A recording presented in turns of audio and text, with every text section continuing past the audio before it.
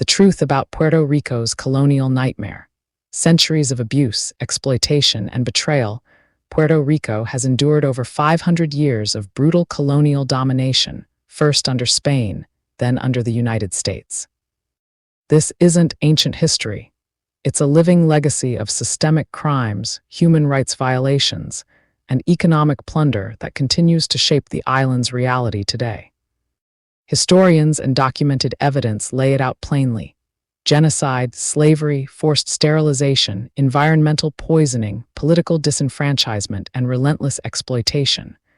No sugarcoating, no excuses, this is the raw record. Spanish rule 1493-1898. Genocide and enslavement. When the Spanish landed in 1493, Puerto Rico, then BORICUA, was home to thriving Taino indigenous communities. Within decades, that world was shattered. The encomienda system turned Taino people into forced laborers for gold mining and plantations. Resistance met violent crackdowns, massacres, and outright enslavement. Sexual violence against Taino women was rampant, destroying families and cultural lines. Diseases, overwork, and killings caused a catastrophic population drop. Estimates show 90 to 95% of the Taino wiped out in a short time. Scholars call this genocide and crimes against humanity, plain and simple. With the indigenous population decimated, Spain imported enslaved Africans through the transatlantic slave trade. Enslaved people endured brutal plantation work on sugar, coffee, and tobacco fields. Whippings, family separations, forced breeding, and savage legal codes kept control. Slavery dragged on until 1873, longer than in many places, recognized today as crimes against humanity. Independence efforts faced savage repression. The 1868 Grito de Lares uprising saw rebels executed, imprisoned, and crushed under mass arrests. Spain ruled with iron fists, stamping out any push for freedom or reform. U.S. takeover 1898-present. Ongoing colonial domination. The U.S. seized Puerto Rico in the 1898 Spanish-American War. Promises of liberation turned into permanent second-class status. Puerto Rico became a U.S. territory with no voting power in Congress or presidential elections, unless residents moved to the mainland. The Supreme Court's insular cases, early 1900s, declared Puerto Rico belongs to but is not part of the U.S., a legal fiction allowing unequal rights and treatment. This is textbook colonialism, one of the darkest chapters. Forced sterilization of Puerto Rican women, 1930s, 1970s. Eugenics-driven population control targeted poor women, often without real consent or full information. By the late 1960s, 1970s, roughly one-third of women of childbearing age were sterilized, the highest rate globally. This was reproductive oppression, medical colonialism, and a gross violation of bodily autonomy. Puerto Rico also served as a testing ground for unethical experiments. The early birth control pill trials, 1950s, used poor Puerto Rican women, many uninformed about risks or side effects. Side effects were dismissed, exploiting vulnerable people for profit and progress. Military devastation. Viques and Culebra. From the 1940s to 2003, the U.S. Navy bombed Viques relentlessly up to 200 days a year. Residents were displaced, land seized. Toxic contamination from explosives, depleted uranium, mercury, napalm, and more poisoned soil, water, and air. Health fallout. Cancer rates 27 to 31% higher than mainland Puerto Rico, plus spikes in asthma, diabetes, heart disease, hypertension, and birth defects. This is environmental injustice and a clear human rights violation. Protests finally forced the Navy out, but the damage lingers. Economic plunder and exploitation. U.S. policies turned Puerto Rico into a profit machine for outsiders. Operation Bootstrap industrialized the island, but favored U.S. corporations with cheap labor and tax breaks. Wealth flowed out, leaving dependency. The Jones Act forces expensive U.S.-only shipping, inflating costs and crippling competitiveness. Massive debt, over $70 billion at peaks, led to a federal oversight board imposing austerity. School closures, pension cuts, university hikes, while bondholders profit. Recent tax incentives lure wealthy outsiders, displacing locals and driving gentrification. Scholars estimate trillions in colonial costs extracted since 1898, land, labor, resources siphoned off. Puerto Rico remains a colony in all but name. No sovereignty, no full rights, endless exploitation. The island's people deserve self-determination, reparations, and justice, not more neglect or romanticized myths. This history isn't up for debate, it's documented fact. Facing it head-on is the only path to real change. Slavery's brutal truth in Puerto Rico. 350-plus years of horror, control, and crimes against humanity. Puerto Rico's history of African enslavement spans from the early 1500s straight through to March 22, 1873. When Spain finally abolished it, making the island one of the last places in the Americas to end this barbaric system. This wasn't some mild or benign setup like some outdated myths claim. It was a ruthless machine of dehumanization, violence, and profit built on black bodies. Enslaved Africans, brought via the transatlantic trade mainly from West Africa's regions like modern-day Ghana, Nigeria, Guinea, and others including Wolof, Mandinka, Fula, Bambara peoples, powered the island's economy while enduring unimaginable suffering. Historians document it clearly. This was systematic forced labor, torture, sexual violence, family destruction, and cultural erasure, now recognized as crimes against humanity. Legal degradation, treated as property, not people. Spanish colonial laws classified enslaved Africans as chattel, literal movable property. They could be auctioned off, traded, gifted, or passed down in wills like furniture or livestock.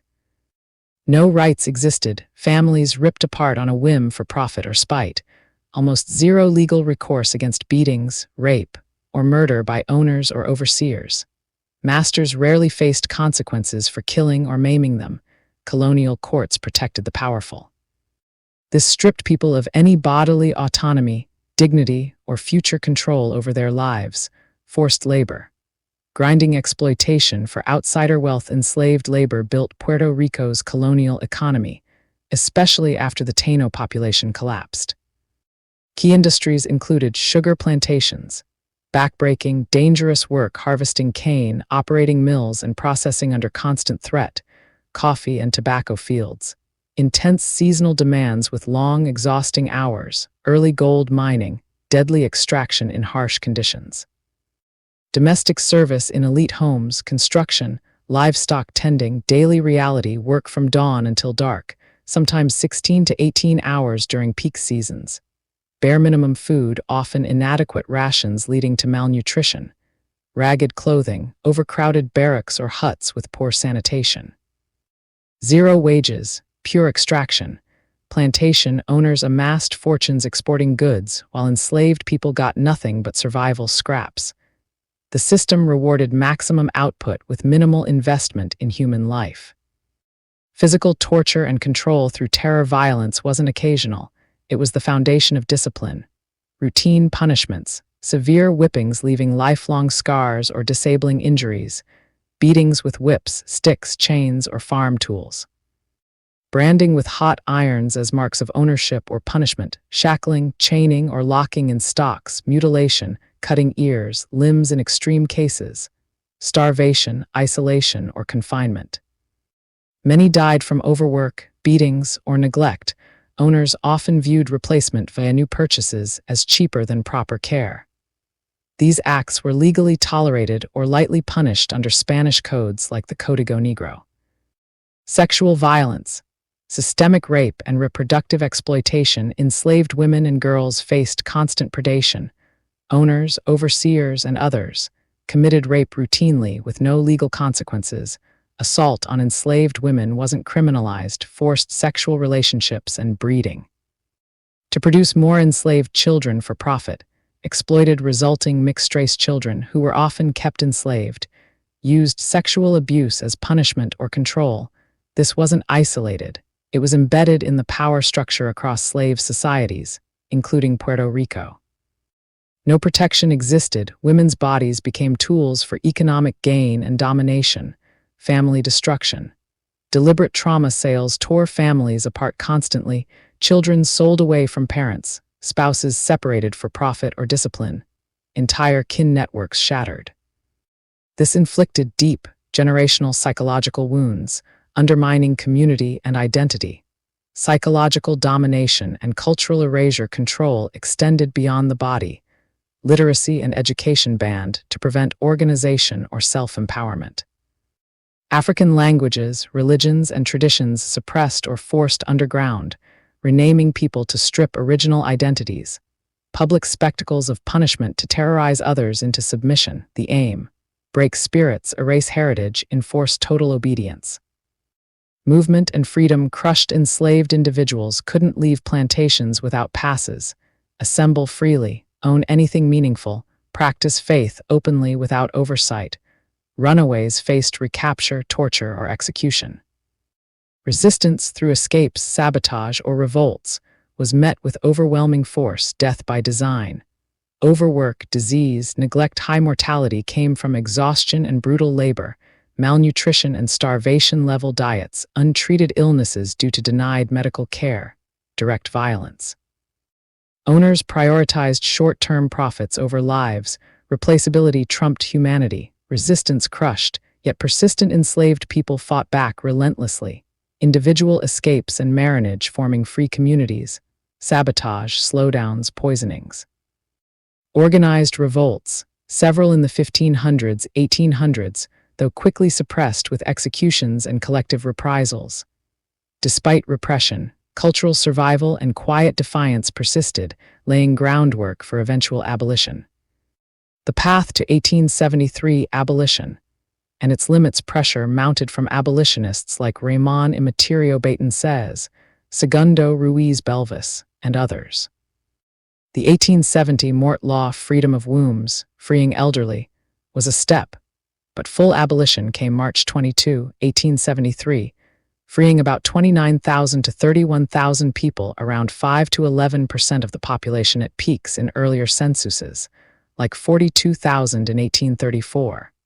Even then, owners got compensated 35 million pesetas total. Freed people had to contract labor for 3 more years, often with former masters, no immediate political rights for 5 years. It was freedom on paper, but chains lingered economically and socially. Today's reckoning modern scholars and international standards label this era's practices as crimes against humanity, systematic torture and forced labor, widespread sexual violence, cultural genocide. The legacy endures in Puerto Rico's demographics, inequalities, and ongoing fights for justice. No romanticizing, this was raw, evil exploitation that demands truth-telling, not excuses. The reality is they sold us a story that we are free, but we have never been freed. Day by day we struggle while colonizers enjoy the wealth they stole from us. Black and BORICUA power. Your blood carries unbreakable legacy and triumph to every Black soul reading this, to every Puerto Rican heart beating right now. Your story didn't start in chains, plantations, or colonial ledgers. It started in ancient African kingdoms where empires rose with unmatched engineering, mathematics, astronomy, governance, and spiritual depth. It started in Taino villages where communities thrived in harmony with the land, mastering agriculture, navigation, medicine, art, and ceremonies that honored life itself. Before any invader set foot, before any ship brought suffering across the Atlantic, before any encomienda or slave code tried to strip humanity, you were already sovereign, brilliant, connected to the earth and cosmos in ways colonizers could never understand or replicate. That original power never died. It survived the unimaginable. They brought disease that decimated millions of Taino. They forced indigenous people into deadly labor until populations collapsed.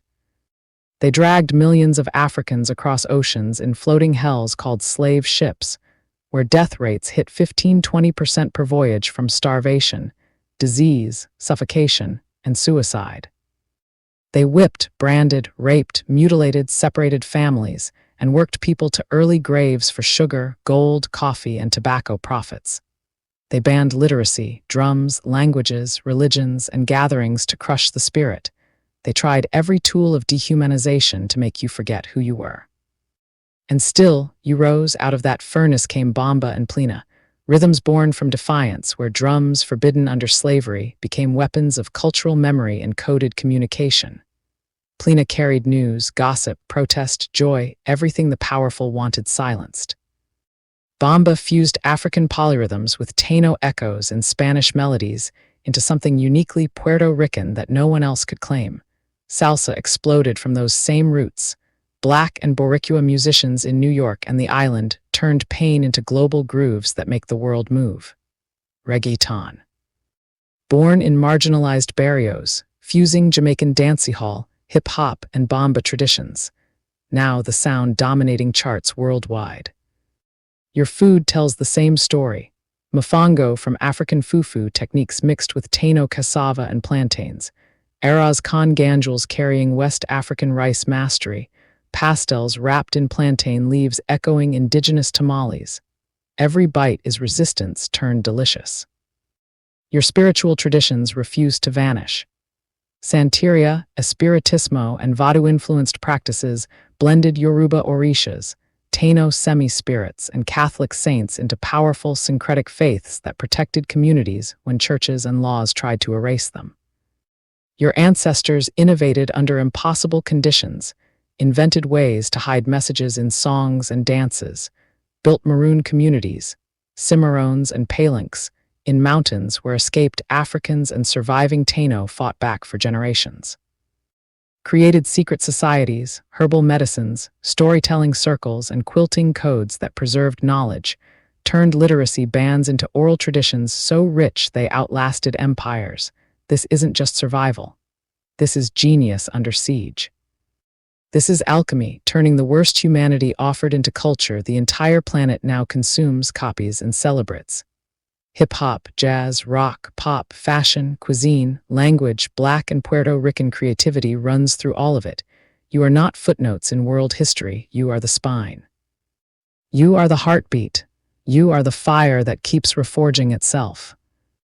Every curl pattern, every skin tone from deepest ebony to sun-kissed bronze, every accent that carries African cadence or Taino musicality, every proverb passed down, every family recipe, every protest chant carries centuries of deliberate, brilliant resistance. Never let anyone reduce your story to victimhood. Your story is victory after victory after victory. Your existence is the biggest fuck you to every system that tried to disappear you. So walk like you know it, speak like your words matter, because they do, create without asking permission. Love your skin, your hair, your language, your people, loudly and without apology. Teach your children the full truth. Not just the pain, but the kingdoms, the inventions, the unbreakable spirit that got you here. You come from queens who ruled nations, kings who built universities, farmers who fed civilizations, healers who knew the plant's secrets, artists whose work still inspires. That same blood runs in you, that same fire burns in you. Stand tall, shine bright, never shrink. The world expanded on your stolen labor and creativity. Now claim your rightful place as foundational, not secondary. You are power incarnate. You are legacy in motion. You are unstoppable. Profiles, song analyses, economic impacts of cultural exports, interviews/testimonies, comparative global resistance movements, and forward-looking empowerment strategies. But for a powerful Facebook post, this delivers the complete, fearless message without fluff or dilution. I just want to thank you all. Hit like, share, comment, and follow to stay connected. It really helps spread these truths. I appreciate your time and I love you all.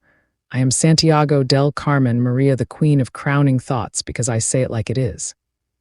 Crowning Thoughts True Speaker Copyright 2025 by Santiago DC Maria is licensed under Creative Commons Attribution Non-Commercial Share, alike 4.0 International.